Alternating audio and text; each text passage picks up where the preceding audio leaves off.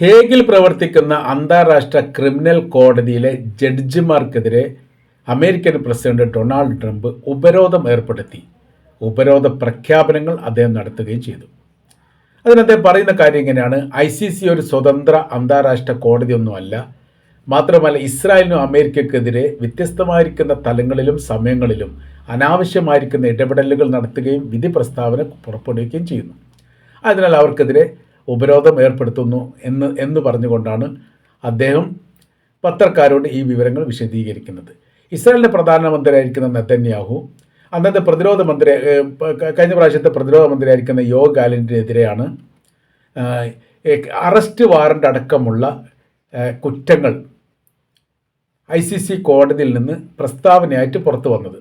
അതേക്കുറിച്ച് വിശദീകരിച്ചു കൊണ്ട് തന്നെ അദ്ദേഹം എങ്ങനെ പറയുന്നു: കുറ്റം കൃത്യം വ്യക്തമായ രീതിയിൽ പരിശോധിച്ചതിൻ്റെ അടിസ്ഥാനത്തിൽ വിധി പറഞ്ഞതാണ് എന്ന അഭിപ്രായമൊന്നും തനിക്കില്ലെന്ന് ട്രംപ് പറയുന്നു. എന്നാൽ ഈ കേസിന് ആസ്പദമായിരിക്കുന്ന സംഭവം ദക്ഷിണാഫ്രിക്കയാണ് അന്താരാഷ്ട്ര കോടതിയെ സമീപിച്ചത്. കൃത്യമായിരിക്കുന്ന പ്രസ്താവനകൾ ഇസ്രായേലിൻ്റെ പ്രധാനമന്ത്രി നടത്തിയതും വീഡിയോ റെക്കോർഡിങ്ങും തെളിവുകളും സാക്ഷികളും മുഖാന്തരം കോടതിയെ സമീപിക്കുകയായിരുന്നു. 20ഓളം മജിസ്ട്രേറ്റുമാരാണ് ICC കോടതിയിൽ ഉണ്ടാകുന്നത്. അവർ ഓരോരോ രാജ്യത്തിലുള്ളവരുമാണ് എന്നൊരു പ്രത്യേകത ഇന്ത്യയുടെ മജിസ്ട്രേറ്റും ICC കോടതിയിലുണ്ട്. അവർ പരസ്പരം അങ്ങോട്ടും ഇങ്ങോട്ടും ആശയവിനിമയം ചെയ്തതിന് ശേഷം തത്തുല്യമായ രീതിയിലൊരു പ്രസ്താവനയാണ് പുറപ്പെടുവിക്കുന്നത്, അല്ലെങ്കിൽ വിധിന്യായമാണ് പറയുന്നത്. എവിടെ വെച്ചും അറസ്റ്റ് ചെയ്യാൻ പാകത്തിലുള്ള ഒരു വിധി വന്നിരുന്നു. അത് അന്താരാഷ്ട്ര ക്രിമിനൽ കോടതിയുടെ ഭാഗമായിട്ട് പുറത്തു വന്നതാണ്. അതോടെ തങ്ങളുടെ രാജ്യത്തേക്ക് പ്രവേശിച്ചു കഴിഞ്ഞാൽ അറസ്റ്റ് ചെയ്യുന്നു പല രാജ്യങ്ങളും അത് പറയുകയും ചെയ്തു.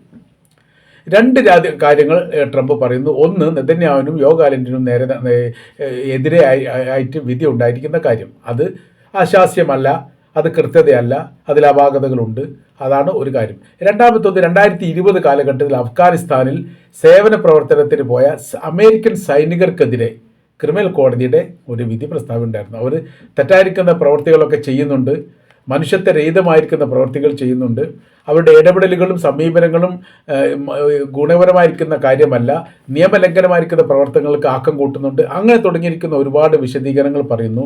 മാത്രമല്ല, അവിടുത്തെ ഭരണ സംവിധാനത്തിലിരുന്ന അമിത് കർസായിയുടെ ഭരണ സംവിധാനത്തിൻ്റെ പ്രതിപക്ഷം എന്ന് പറയുന്നത് ഇപ്പോഴത്തെ താലിബാനാണ്. താലിബാൻ്റെ ഏതെങ്കിലും അനുഭാവികളോ കാര്യങ്ങളോ ഉണ്ട് എന്ന് പറഞ്ഞിട്ട് പിടിക്കപ്പെട്ട് കഴിഞ്ഞാൽ ക്രൂരമായിരിക്കുന്ന ശിക്ഷ അമേരിക്കയുടെ സൈനികർ തന്നെ പരസ്യമായിട്ട് നൽകാറുണ്ടായിരുന്നു.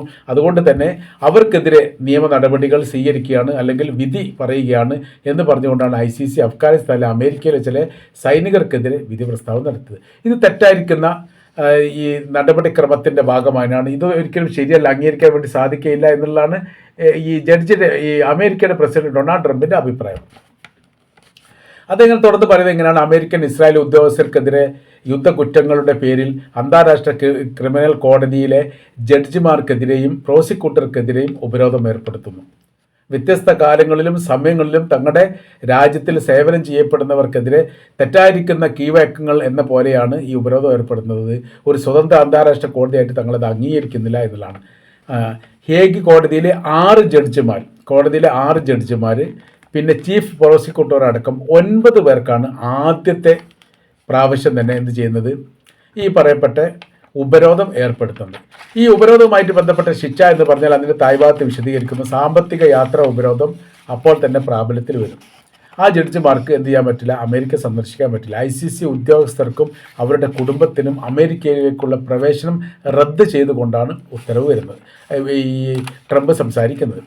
പിന്നീട് സാമ്പത്തിക സേവനം ലഭ്യമാവില്ല. സാമ്പത്തിക സേവനം എന്ന് പറഞ്ഞാൽ അമേരിക്കയിലെ ചാരിറ്റിയുമായിട്ട് ബന്ധപ്പെട്ടുള്ള ഒരുപാട് സഹായങ്ങൾ ICC ഈ കോടതിയുമായിട്ട് ബന്ധപ്പെട്ട് കിട്ടാറുണ്ട്. അതെല്ലാം തടയപ്പെടും. ചില ജഡ്ജിമാരുടെ ബാങ്ക് അക്കൗണ്ടുകൾ മരവിപ്പിച്ചു എന്ന് പറയുന്നുണ്ട്, മരവിപ്പിക്കാൻ ഇരിക്കുകയാണ് എന്നും പറയുന്നു. വിസ റദ്ദാക്കിയതായിരിക്കുന്ന കാര്യം സ്ഥിരീകരിച്ചു. അതായത് അമേരിക്കയിലേക്ക് ഈ കൂട്ടത്തിലുള്ള 3 മജിസ്ട്രേറ്റുമാരോ ബന്ധപ്പെട്ടവരോ വിസ അപേക്ഷ നൽകിയിരുന്നു, അത് റദ്ദാക്കുന്നു എന്നുള്ളത്. അപ്പോൾ ബാങ്ക് അക്കൗണ്ടുകൾ, ക്രെഡിറ്റ് കാർഡുകൾ, ഇമെയിൽ പോലും തടയപ്പെടുന്ന രീതിയിലും സോഷ്യൽ മീഡിയ വിഷയത്തിലേക്കൊക്കെ ഇടപെടാൻ സാധിക്കുന്ന തരത്തിലുമാണ് ഈ വിധി വന്നത്. ട്രംപിൻ്റെ നിലപാട് എന്നാണ് മനസ്സിലാക്കാൻ വേണ്ടി പറ്റുന്നത്. ഇത് ചരിത്രത്തിൽ ആദ്യമായിട്ടാണ് 6 മജിസ്ട്രേറ്റിനെതിരെ ഉപരോധം പരസ്യമായ രീതിയിൽ നടത്തുന്ന ഒരു പ്രസ്താവന അമേരിക്കൻ പ്രസിഡന്റ് ഡൊണാൾഡ് ട്രംപിൻ്റെ നേതൃത്വത്തിൽ അല്ലെങ്കിൽ ഡൊണാൾഡ് ട്രംപ് പ്രഖ്യാപിച്ചത്. അമേരിക്കയുടെ പ്രസിഡന്റ് എന്ന നിലക്കാണ് അദ്ദേഹം അറിയപ്പെടുന്നത് എന്നതിനാൽ ഇത് തെറ്റായിരിക്കുന്ന ഒരു കീഴ്വഴക്കമാണ് എന്നുള്ളത് അഭിപ്രായം ഇപ്പോൾ ഉയർന്നു. കാര്യം എന്ന് പറഞ്ഞാൽ അന്താരാഷ്ട്ര കോടതിയെ ICC എന്ന് പറയുന്ന കോടതിയെ ലോകാടിസ്ഥാനത്തിൽ രാജ്യങ്ങൾ അംഗീകരിക്കപ്പെട്ടതാണ്. അത് UN-ൻ്റെ നേതൃത്വത്തിൽ നടക്കുന്ന ഒരു കോടതിയുടെ ഭാഗമാണ്. UN-ഉം അതിന് ടച്ച് ഉണ്ട്, അല്ലെ കയ്യൊപ്പുണ്ട് എന്നൊക്കെയാണ് അതിനെ കൂടെ പറയുന്നത്. അപ്പോൾ അവർക്കുമായിട്ട് ബന്ധമുള്ള ഒരു കോടതി സംവിധാനങ്ങൾ ലോകത്ത് നിൽക്കുന്ന സമയത്ത് അമേരിക്ക മാത്രം അത് അംഗീകരിക്കില്ല എന്ന് പറയുമ്പോൾ UN സഭയിൽ അവതരിപ്പിക്കുന്ന പ്രമേയങ്ങൾ ഇസ്രായേൽ ധിക്കരിക്കുന്നതിന് സമാനമായിരിക്കുന്ന സ്ഥിതിയിലേക്ക് അമേരിക്ക എത്തുന്നു എന്ന് കൂട്ടി വായിക്കേണ്ടി വരും.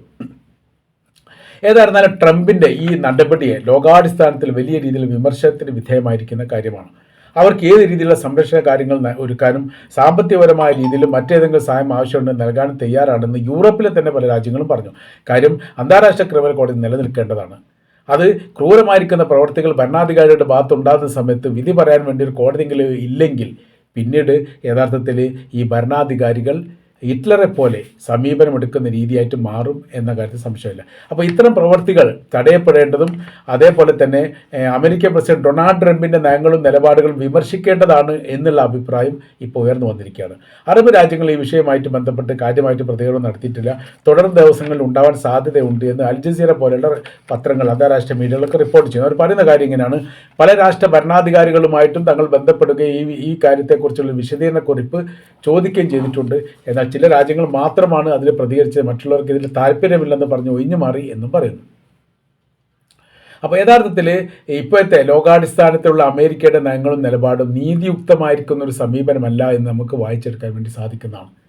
അവർ ലോകത്തെ പ്രതിനിധീകരിക്കുന്നു എന്ന് പറയുന്നുണ്ട് എന്നല്ലാതെ യഥാർത്ഥത്തിൽ ലോകത്തിൻ്റെ പ്രശ്നങ്ങളും വിഷയങ്ങളും എന്താണ് എന്ന് മനസ്സിലാക്കിക്കൊണ്ട് അതിന് പരിഹാര നിർദ്ദേശങ്ങൾ മുന്നോട്ട് വെക്കുന്ന മുൻ അമേരിക്കൻ പ്രസിഡന്റുമാരിൽ വ്യത്യസ്തമാണ് ഡൊണാൾഡ് ട്രംപ്. ഇദ്ദേഹം യുദ്ധം ആഗ്രഹിക്കുന്നു, കെടുതികളും ദുരന്തങ്ങളും വിഷയങ്ങളും ആഗ്രഹിക്കുന്നു, ഇസ്രായേലിനെ സംരക്ഷിക്കാൻ വേണ്ടി തങ്ങളുടെ മാനം പോയാലും പ്രശ്നമല്ല എന്ന് ചിന്തിക്കുന്നു. അങ്ങനെ കുടുസായി ചിന്തിക്കുന്ന ഒരു രാഷ്ട്രീയ നേതാവോ അല്ലെങ്കിൽ രാഷ്ട്ര നേതാവോ ആയിട്ട് ഡൊണാൾഡ് ട്രംപ് മാറിയിരിക്കുന്നു എന്നാണ് അമേരിക്കയിൽ പോലും ഈ വിഷയവുമായിട്ട് ബന്ധപ്പെട്ടുള്ള പ്രതികരണത്തിൻ്റെ ഭാഗമായിട്ട് നമ്മൾക്കറിയാൻ വേണ്ടിയിട്ട് സാധിക്കുന്നത്.